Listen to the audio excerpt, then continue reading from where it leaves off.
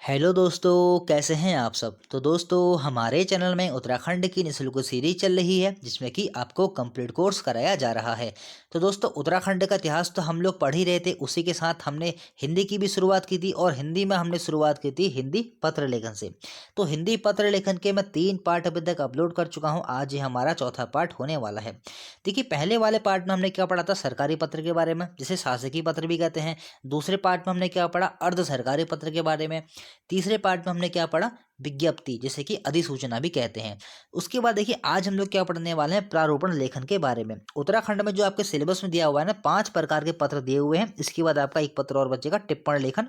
और उसके बाद आपका जो ये पत्र लेखन वाला जो आपका सिलेबस में जो 5 ही प्रकार के हैं, तो इसके बाद टिप्पण के बाद आपका जो पत्र लेखन का जो टॉपिक रहेगा ये भी आपका समाप्त हो जाएगा।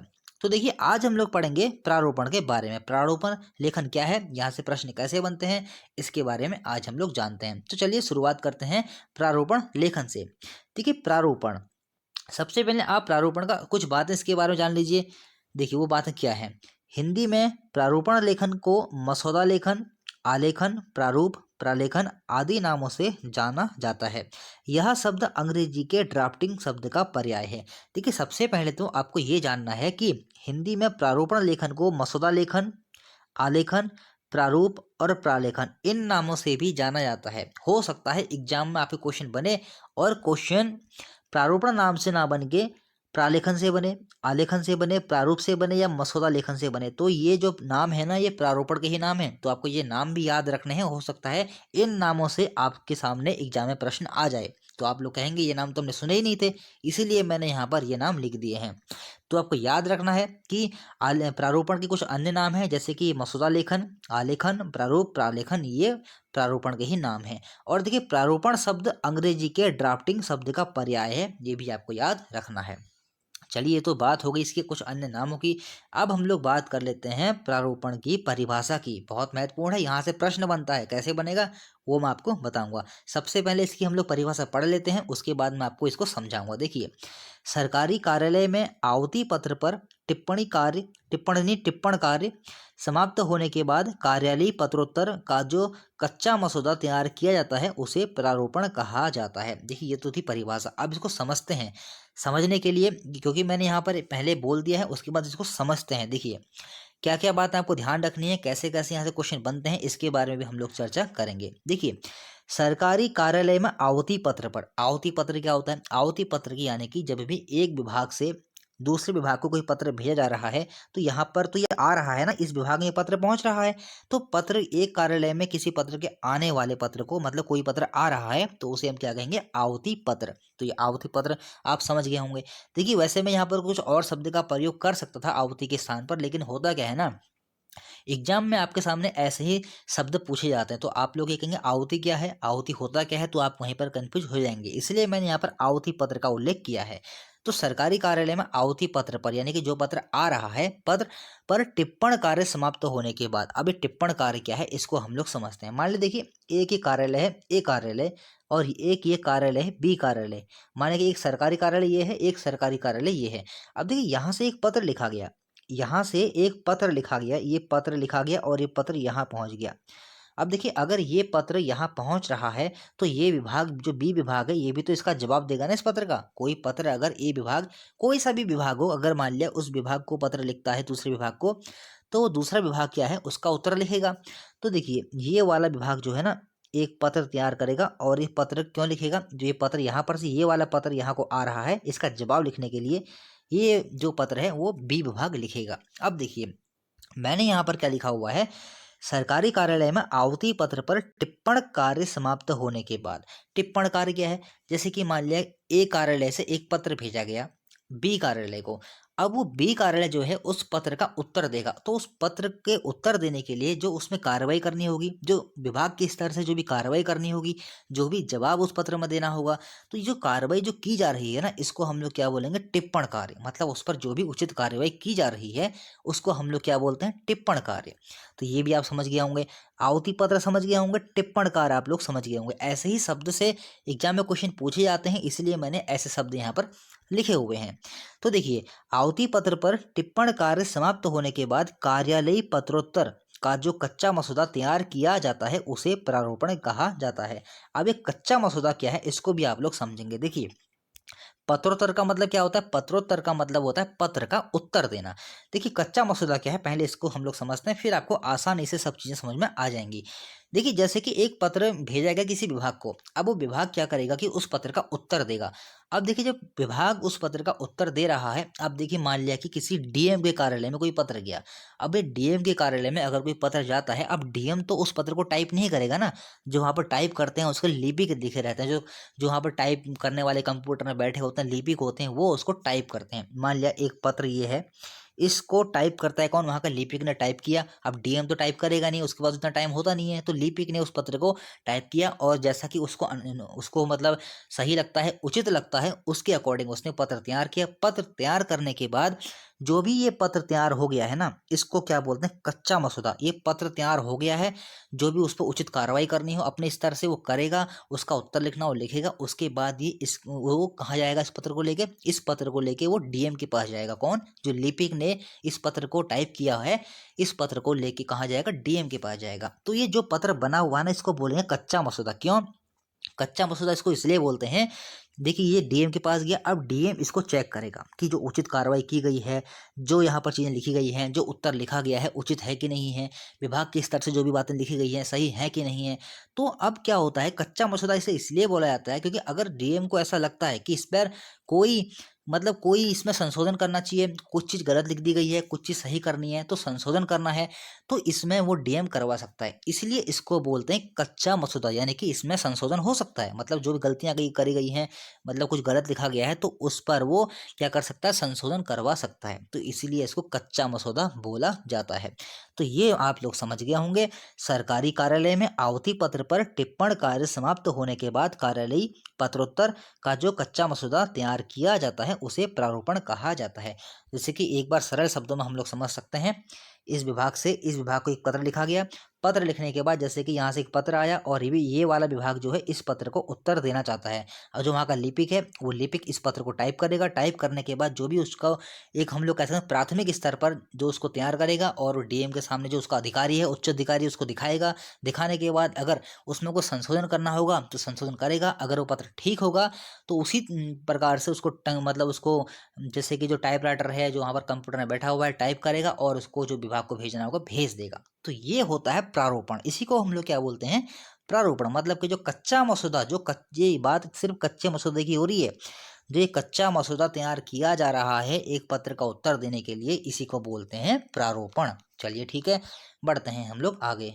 तो मैंने यहाँ पर कुछ बातें लिख भी दी हैं, और देखिए जो मैं आपको बातें बता रहा हूँ ना, ये कच्चा मसौदा है या फिर ये जो बातें मैं आपको बताई हैं, ये सब एग्जाम में आने वाली हैं, तो मैंने इसलिए यहाँ पर ये चीज़ें लिख भी दी हैं। चलिए ठीक है, तो आपके लिए कुछ चीज़ें आसान हो जाएंगी। देखिए, किसी कार्यालय में जब किसी व्यक्ति, संस्था या किसी अन्य कार्यालय, मंत्रालय को कोई पत्र लिखा जाता है तो उससे पहले उस पत्र का कच्चा रूप तैयार कर लिया जाता है।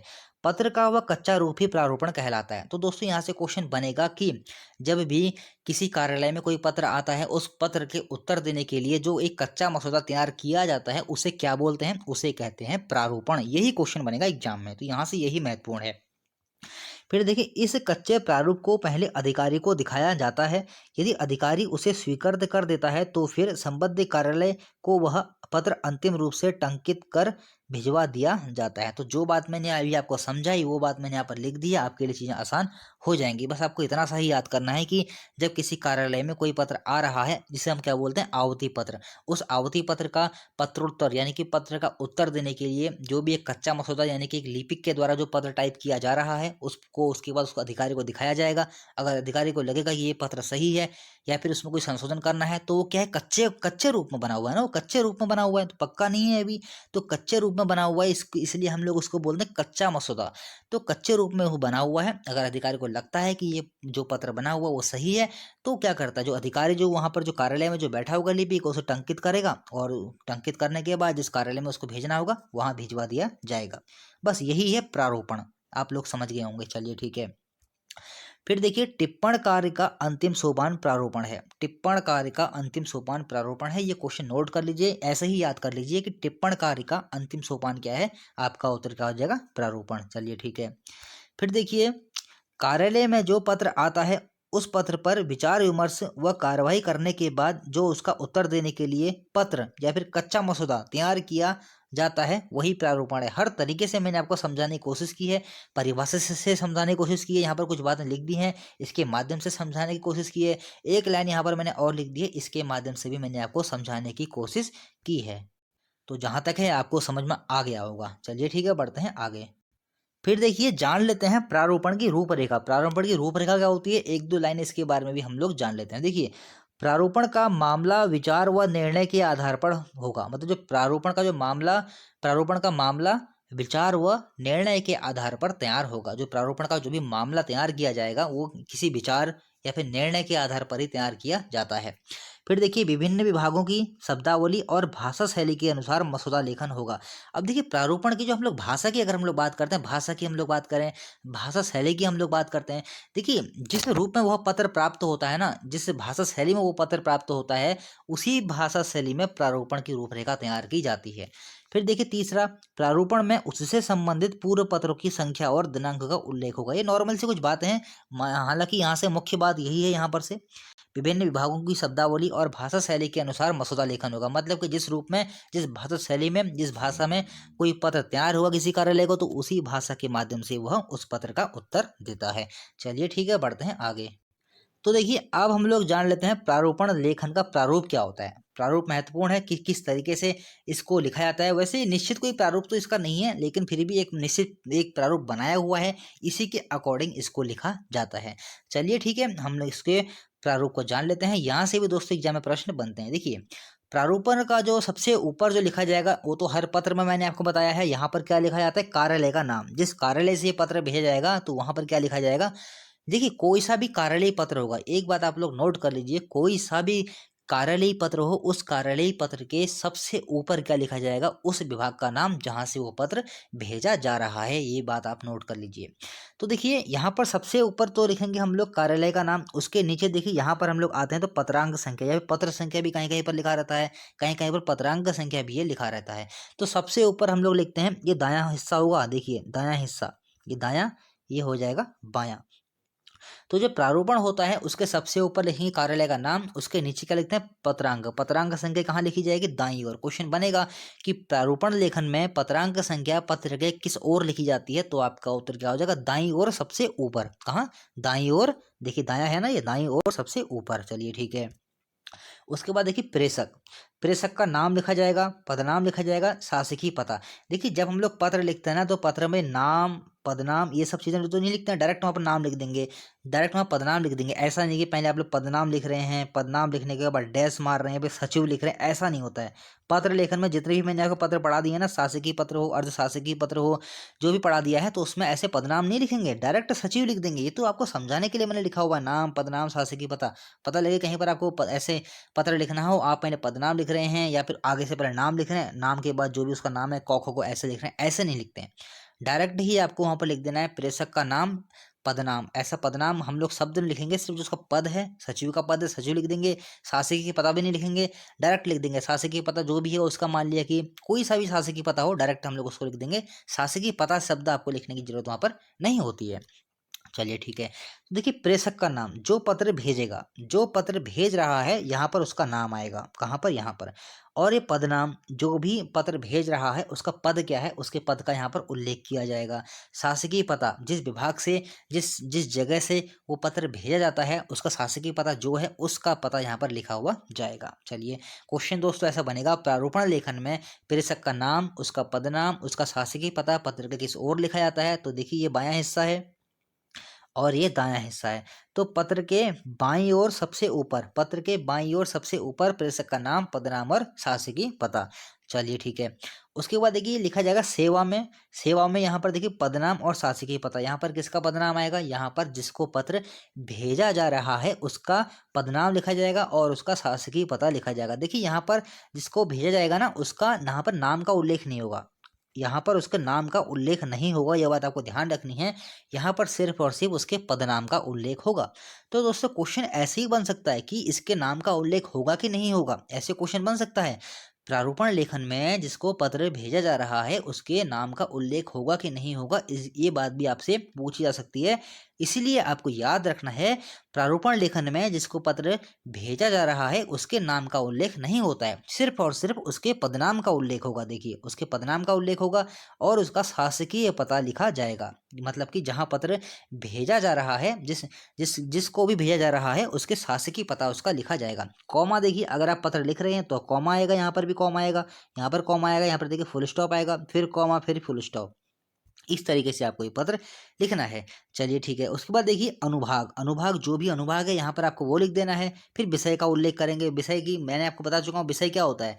जो भी आपको पत्र भेजना है, जो भी आपका विषय, मतलब जो भी आपको बात बतानी है वो आपको संक्षिप्त रूप में बतानी पड़ती है, एक लाइन में आपको बात बतानी पड़ती है। जैसे कि मान लें कोई भी दिक्कत हो आपको, किसी भी चीज़ से संबंधित कोई विषय हो, मतलब आपको कोई भी मैटर हो, कोई भी प्रकरण हो, उसको आपको एक लाइन में उसको बताना पड़ता है। इस संबंध में हम अपनी बात कह रहे हैं, वही होता है विषय।